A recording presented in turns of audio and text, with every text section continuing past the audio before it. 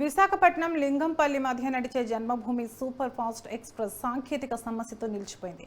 విశాఖ నుంచి బయలుదేరిన కాసేపటికే ట్రైన్కు అటాచ్ చేసిన ఏసీ బోగీల లింక్ తెగిపోయింది. ట్రైన్ నుంచి 2 ఏసీ బోగీలు వేరయ్యాయి. గమనించిన రైల్వే సిబ్బంది లోకో పైలట్ను అప్రమత్తం చేయడంతో ట్రైన్ నిలిచిపోయింది. అనంతరం జన్మభూమి ఎక్స్ప్రెస్ను తిరిగి విశాఖ స్టేషన్కు తరలించారు.